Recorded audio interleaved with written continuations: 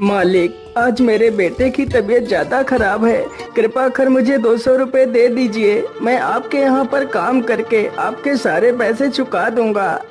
अरे नहीं हरीराम, मैं तुम्हें पहले पैसे नहीं दे सकता। यदि पहले पैसे चाहिए तो तुम्हें मेरे पास कुछ गिरवी रखना पड़ेगा। लेकिन मालिक, मेरे पास तो कुछ भी नहीं है जो मैं तुम्हारे पास कुछ गिरवी रखूं। नहीं हरीराम, तुम्हारे पास तुम्हारा खेत तो है। तुम उस खेत को मेरे पास गिरवी रख दो। जब तुम मेरे पैसे वापस कर दोगे तब मैं तुम्हारा खेत तुम्हें लौटा दूंगा। ठीक है मालिक, आप मेरे खेत को गिरवी रख लीजिए। कृपा कर मुझे पैसे जल्दी दे दीजिए। फिर वह सेठ हरीराम को पैसे दे देता है। पैसे लेकर हरीराम वहाँ से चला जाता है। सेठ धनपति राम बहुत ही कुटिल था, मानो उसका हृदय पत्थर के समान हो, जो लोगों की मजबूरियों का फायदा उठाता था। उसके पास काफी सारे लोग काम करते थे। उसी गांव में एक मोहन नाम का लड़का रहता था, जो बहुत ही मेहनती था। उसके पास एक छोटा सा खेत था।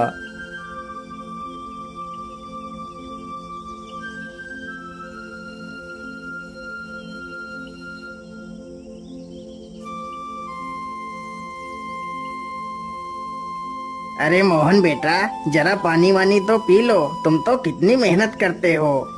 हाँ चाचा, क्या करूं, बिना मेहनत के तो कुछ होगा भी नहीं। हाँ बेटा, तुम्हारी इसी मेहनत की वजह से ही तुम इस छोटे से खेत में दोगुनी फसल उगा पाते हो।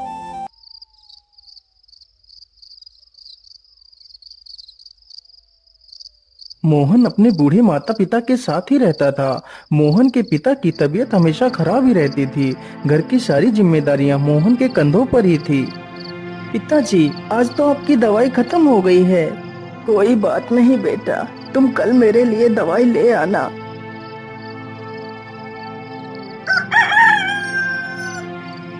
मोहन सुबह उठकर अपने पिता के लिए दवाइयां ले आता है।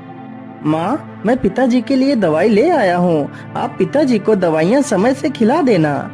हाँ हाँ बेटा, मैं तुम्हारे पिता को दवाइयाँ खिला दूंगी। माँ, आज तो मौसम कितना अच्छा है। मैं आज ही खेत में बीज बो देता हूँ। ठीक है बेटा, जैसा तुम्हें अच्छा लगे वैसा ही करो। मोहन तुरंत ही अपने बैलों को लेकर खेत की तरफ निकल पड़ता है।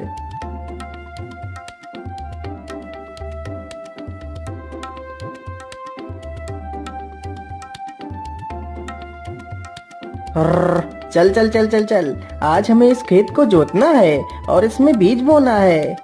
मोहन कुछ ही देर में सारा खेत जोत देता है और बीज बो देता है।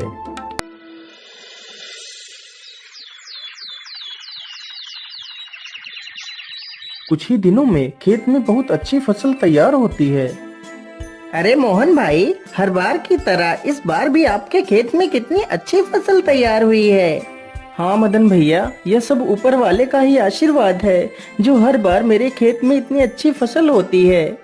वे दोनों आपस में बात कर ही रहे थे कि तभी काले बादल छा जाते हैं।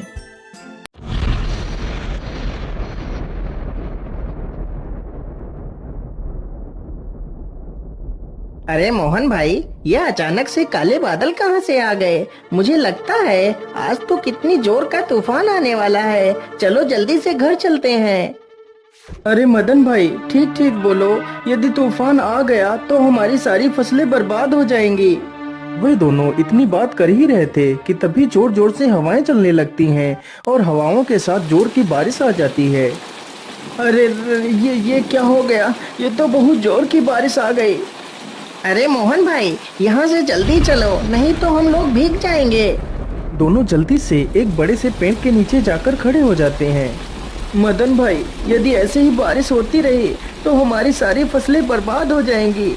कुछ ही देर में बारिश के साथ साथ ओले भी गिरने लगते हैं। देखते ही देखते कुछ देर में ही सारी फसलें बर्बाद हो जाती हैं। हाय हाय, ये क्या हो गया? हे ऊपर वाले, ये तूने क्या कर दिया? अब तो सारी फसलें बर्बाद हो चुकी हैं। अब मैं क्या खाऊंगा और अपने बूढ़े माता पिता को क्या खिलाऊंगा?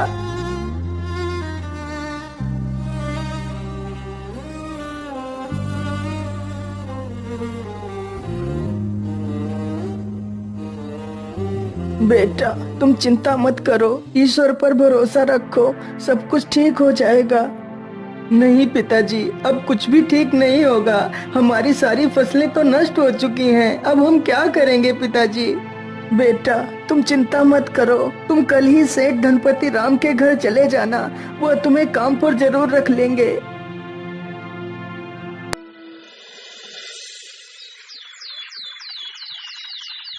अगले ही दिन मोहन सेठ धनपति राम के पास जाता है।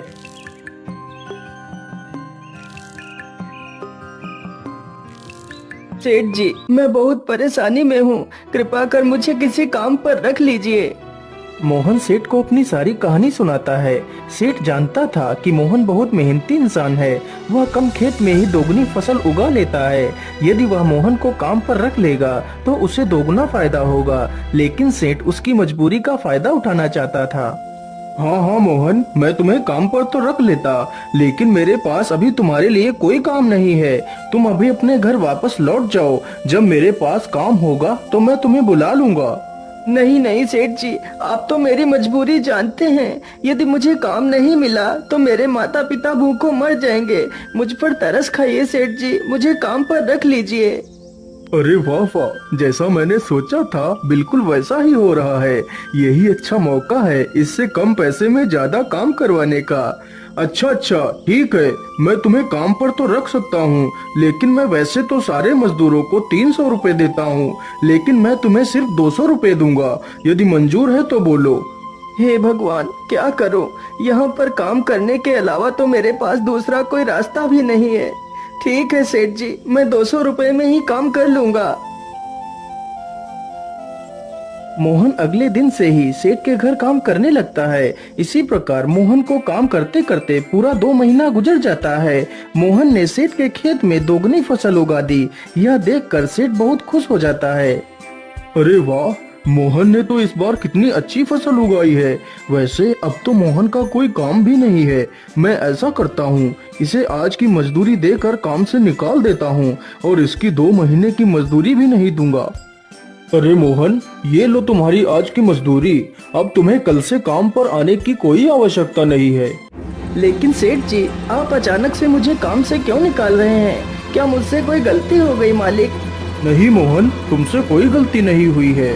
अभी मेरे पास तुम्हारे लिए कोई काम नहीं है। जब मेरे पास काम होगा तो मैं तुम्हें जरूर बुला लूंगा।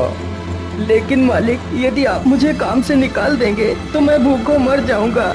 मैं अपने पिता के लिए दवाइयाँ कहाँ से लाऊंगा? मुझ पर दया कीजिए सेठ जी। सेठ मोहन की एक बात भी नहीं सुनता और उसे काम से निकाल देता है।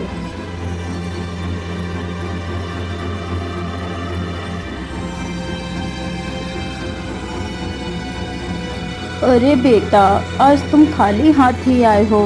आज तुम घर का राशन तो लाए ही नहीं। माँ, मुझे माफ कर दीजिए। अब मैं आपके लिए कुछ भी नहीं कर सकता। लेकिन बेटा, आखिर क्या बात है? तुम इतना परेशान क्यों हो?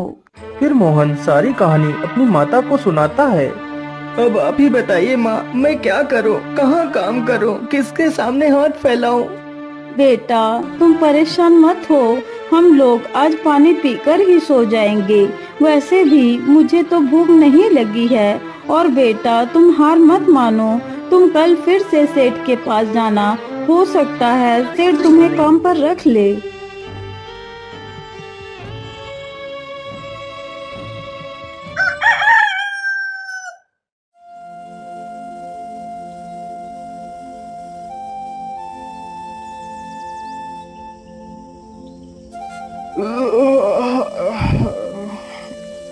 अरे सेठानी जी, आप मेरे लिए नाश्ता तैयार रखना। मैं जरा खेतों की तरफ से घूम कर आता हूँ।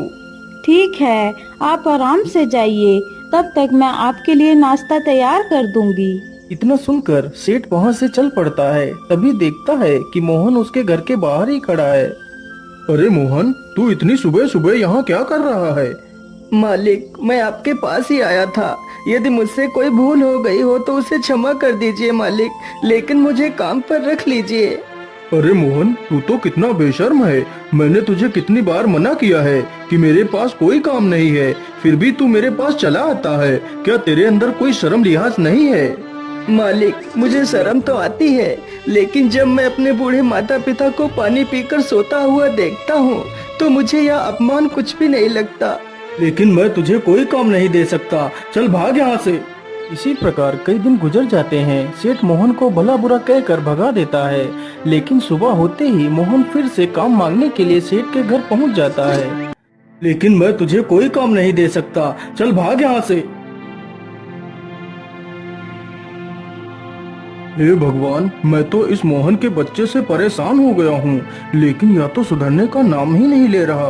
मैं ऐसा करता हूँ, कल सुबह होने से पहले मैं यहाँ से कुछ दिनों के लिए अपने रिश्तेदार के घर चला जाता हूँ, तभी मैं इस मोहन से अपना पीछा छुड़ा पाऊंगा। सुबह होने से पहले सेठ और उसकी पत्नी बैलगाड़ी में बैठकर वहाँ से चले जाते हैं।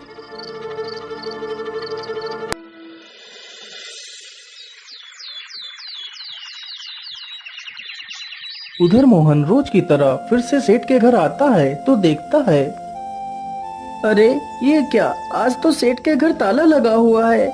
इसका मतलब सेठ जी कहीं बाहर गए हैं। मैं ऐसा करता हूँ, यहीं पेड़ के नीचे बैठकर सेठ जी का इंतजार करता हूँ। इतना सोचकर मोहन पेड़ के नीचे बैठ जाता है और सो जाता है। तभी कुछ चोर सेठ के घर के पास आते हैं।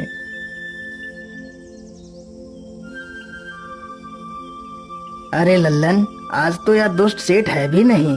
आज अच्छा मौका है, चलो आज इस सेठ की सारी तिजोरी खाली कर देते हैं। चोर जल्दी से एक पत्थर उठाता है और ताले को तोड़ने लगता है।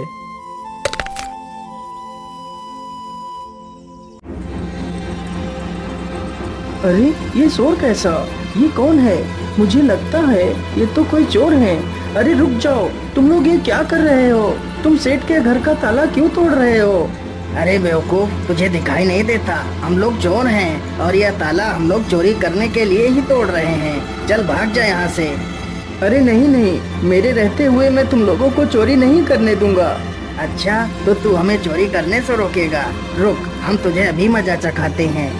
इतना कहकर सारे चोर बेचारे मोहन पर टूट पड़ते हैं। चोर चोर, कोई मुझे बचाओ, नहीं तो मुझे यह चोर मार डालेंगे। मोहन की ये आवाज सुनकर गांव के कई लोग वहां पर आ जाते हैं। तभी वह सारे चोर वहां से भाग जाते हैं, लेकिन बेचारा मोहन काफी ज्यादा घायल हो जाता है। अरे सेठानी जी, अब तो हमें यहाँ पर कई दिन गुजर चुके हैं, चलो अब हमें घर वापस चलना चाहिए। इतना सोचकर सेठ और सेठानी दोनों अपने घर के लिए निकल पड़ते हैं।